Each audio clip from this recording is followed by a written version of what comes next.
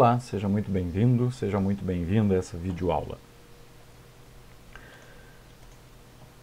Nesta videoaula vamos discutir inicialmente a respeito de proteínas recombinantes.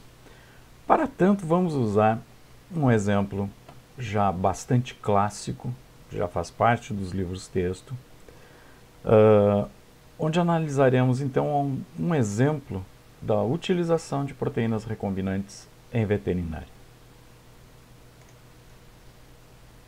Em 1971 foi publicado esse artigo, onde esses dois autores aqui discutiam a produção de imunidade contra Taenia ovis e Taenia teniformes, a Taenia de ovinos e Taenia de felinos, que faz ciclo intermediário então em ratos, camundongos, roedores em geral.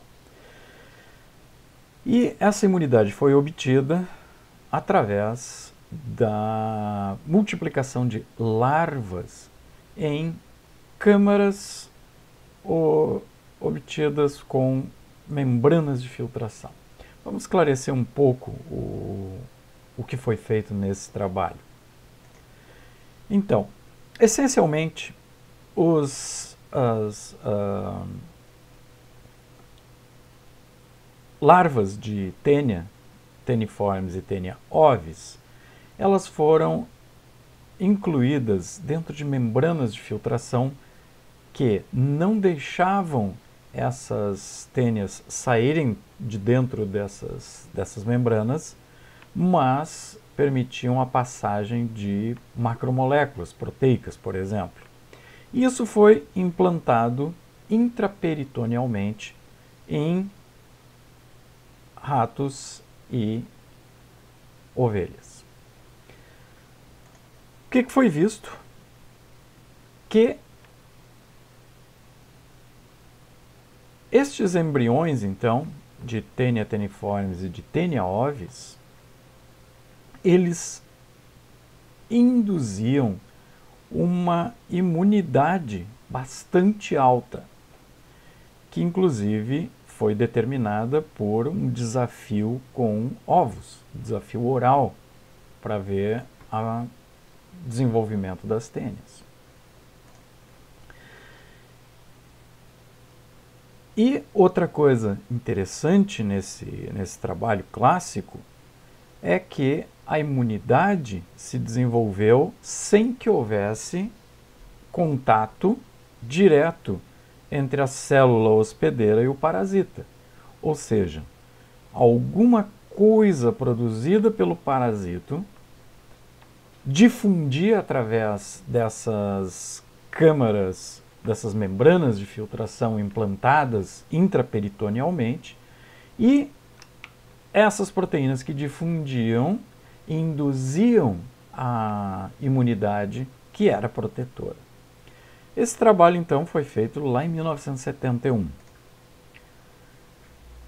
Alguns anos depois, em 1980, os mesmos autores, Ricard e Mitchell, acrescidos de mais um outro autor, publicaram esse artigo onde eles obtinham a imunização de camundongos contra a infecção de Taenia teniformes usando antígenos purificados de ovos de oncosferas e de larvas em desenvolvimento e até mesmo de parasita já Strobilocerca, né, adulto. Esse trabalho, então, foi um trabalho bastante importante, bastante interessante, mas a aplicabilidade dele ainda era bastante restrita. Por quê? Muito embora eles tivessem encontrado e caracterizado antígenos de Taenia teniformes que podiam ser utilizados, purificados esses antígenos que podiam ser utilizados na imunização, nós temos aqui um problema prático intransponível. Não há formas práticas de se obter uma grande quantidade de antígeno de um parasita, como este aqui, de um cestoide, para permitir a imunização de rebanhos, por exemplo. Tá? Então, a aplicação imediata é bastante restrita, tá? Mas apontava na direção de que era viável se utilizar antígenos do parasita para imunização. Mais alguns anos depois, novamente vejam aqui um dos autores originais, Ricard, em associação com outros autores, publicaram então, em 1989, este artigo, lá no fim dos anos 80, do século passado, demonstrando a vacinação contra cisticercose ovina usando um antígeno recombinante, ou seja, uma proteína recombinante. E aqui já no abstract, no resumo desse artigo, tem algumas informações muito significativas, muito relevantes que a gente já retoma. Os pontos encontrados nesse artigo, que são muito interessantes, primeiro deles, que a imunidade contra a reinfecção com larvas tem um papel central em regular a transmissão natural do parasita. E aqui no regular significa conter o parasita. A vacinação com os antígenos de oncosfera, eles produzem uma proteção completa contra a infecção. Um resultado surpreendente. Entretanto, eles já apontam aqui, o que já era sabido, que não é prático, não há maneiras práticas de se obter oncosfera do parasito em quantidade suficiente para se extrair antígenos e produzir uma vacina comercial contra cestoides. Muito bem. Então, o enfoque que eles utilizaram foi o de, utilizando técnicas de clonagem molecular, produzir proteínas recombinantes deste parasita para utilização na imunização.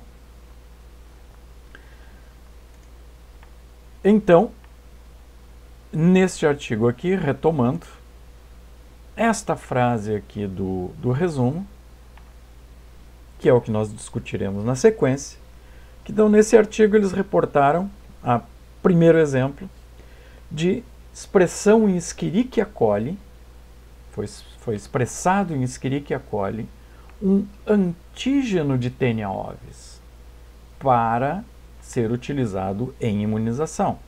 Mas isso foi obtido a partir de um cDNA, de um DNA complementar. Por quê? Porque isso não poderia ser obtido de um banco genômico, porque Taenia é um eucarioto, e como todo eucarioto, possui os seus genes, as regiões codificantes, interrompidas por introns. É organizado em exons, regiões codificantes, e introns, regiões não codificantes. Se clonarmos, como se faz num banco genômico, um segmento que codifique para um antígeno do parasita, Escherichia coli não será capaz de produzir aquela proteína de maneira correta, porque mesmo que ela transcreva e traduza esse RNA, a proteína conterá sequências de intron e exon, além dos exons, dos introns, interrompendo. E uma proteína correta não será produzida. Por isso, a estratégia que tem que ser utilizada é uma estratégia diferente e envolve, então, bibliotecas de cDNA, a construção de bibliotecas de cDNA.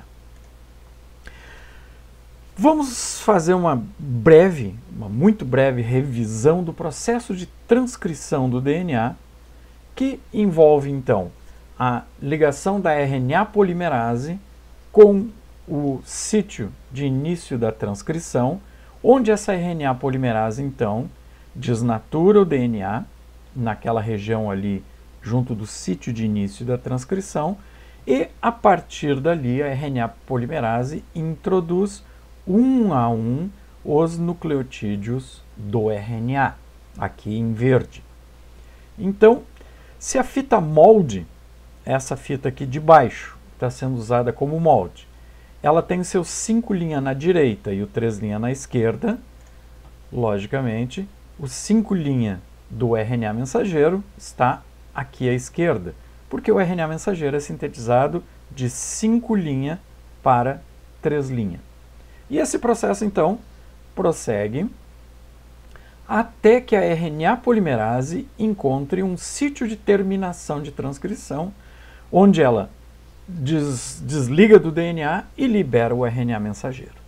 Então essa é uma visão bem geral. Em eucariotos, que é o nosso objetivo, o processo é um pouco mais complexo. Então aqui tem uma animação curta, mostrando como é que isso acontece de maneira mais detalhada. Em eucariotos, então, nós temos várias proteínas além da RNA polimerase, proteínas, então, que participam no processo de transcrição, enhancers, e aqui, então, segue a RNA polimerase, aquela ali em verde azulado, percorrendo o DNA, dupla fita aqui. Dá para ver claramente aqui a região onde a RNA polimerase desnatura o DNA. Essa fita em amarelo é o RNA mensageiro sendo transcrito. E aqui o detalhe, então, do que está acontecendo. A RNA polimerase prossegue aqui para a esquerda, desnaturando o DNA e introduzindo nucleotídeos do RNA complementares à fita molde. Essas pequenas estruturas amarelas são os ribonucleotídeos trifosfatados que serão usados para a síntese do RNA. Esse RNA mensageiro, então, a RNA polimerase prossegue a sua síntese até que encontra o sítio de terminação e libera esse RNA. Em eucariotos, esse RNA que foi sintetizado, ele contém introns e exons, e ele não pode ser usado no processo de tradução lá no ribossomo.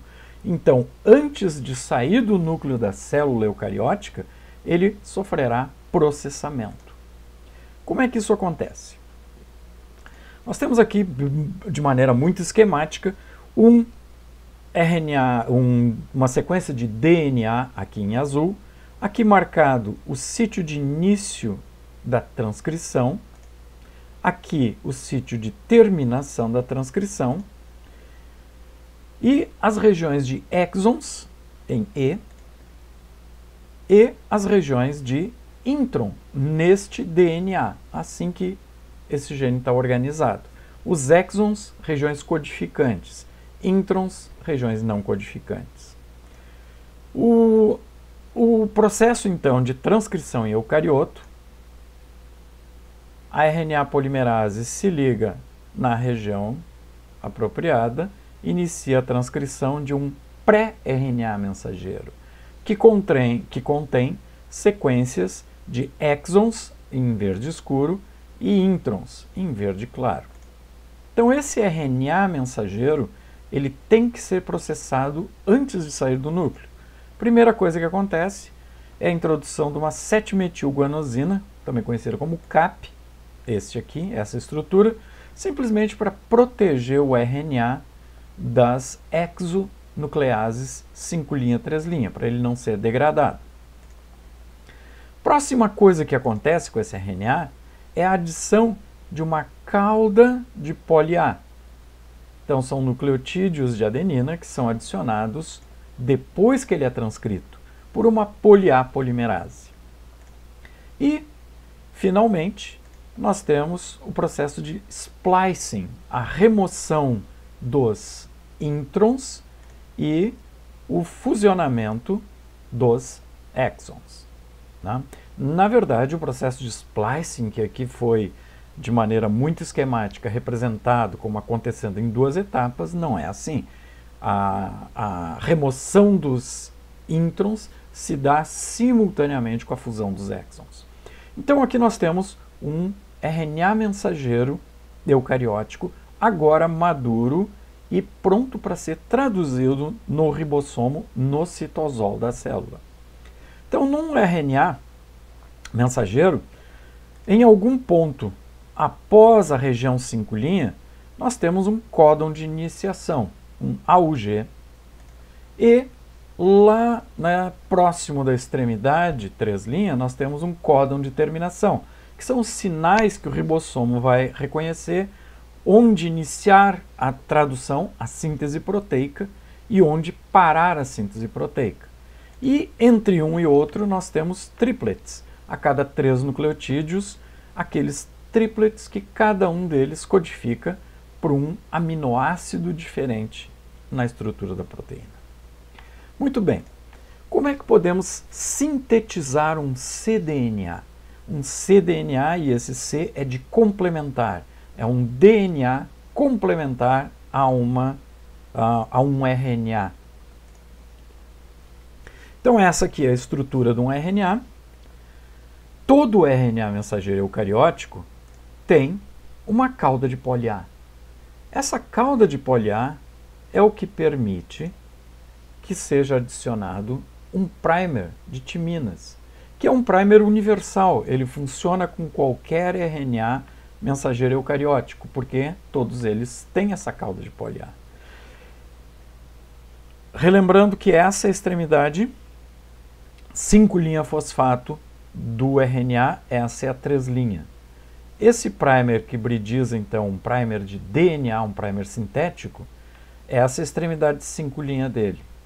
Se for adicionada a enzima transcriptase reversa, essa transcriptase reversa é capaz de utilizar o RNA como molde, adicionando-se os desoxirribonucleotídeos trifosfatados. Ela é uma DNA polimerase RNA dependente que vai fazer a síntese de uma fita de cDNA. Como é que nós convertemos então agora esse híbrido que tem uma fita de DNA, uma fita de RNA, em um cDNA dupla fita? Se for adicionado uma enzima chamada RNase H, é uma ribonuclease, então. Essa ribonuclease é uma enzima hidrolítica que, se for adicionada em pequenas quantidades, ela não hidrolisa todas as ligações fosfoéster do RNA, e ela só atua em RNA. Mas ela produz o que seria o equivalente a pequenos cortes ao longo de vários nucleotídeos. Se olharmos com atenção isso aqui, cada um desses pedaços de RNA agora podem servir como primers para uma DNA polimerase que, se for adicionada aqui nesta reação in vitro, essa DNA polimerase mais os desoxirribotrifosfatados vai utilizar cada um desses segmentos de RNA para sintetizar e remover o RNA, né, por aqueles mecanismos que nós já discutimos, né, de exos 5'3 da DNA polimerase, e se adicionarmos a DNA ligase, todos esses segmentos são unidos e assim é obtido um cDNA dupla fita a partir de um RNA mensageiro. Como é que se faz a síntese de cDNA simultaneamente a partir de múltiplos RNAs mensageiros? Porque temos que imaginar o seguinte: não temos como isolar um único, específico RNA mensageiro de uma célula eucariótica. Há métodos para se isolar todo o RNA mensageiro presente numa célula eucariótica. Como é que convertemos toda essa população de RNA mensageiro transcritos de diferentes genes? Como é que podem ser transformados em cDNA? Da mesma maneira. Então aqui, de uma maneira muito simplificada, 3 RNAs mensageiros transcritos de 3 genes diferentes, mas todos com a cauda de poli A idêntica. A sequência de nucleotídeos, logicamente, de cada um dos RNAs mensageiros é diferente. Mas, tendo essa cauda de poli A idêntica, o mesmo primer só de timinas, um primer de poli T, ele pode ser usado hibridizando com esse RNA para sintetizar a primeira fita do cDNA, do DNA complementar, usando o RNA como molde. Na sequência, introduzimos os cortes com a RNA-ZH e sintetizamos a segunda fita com a DNA polimerase, convertendo então assim o RNA mensageiro em cDNA, fita dupla então.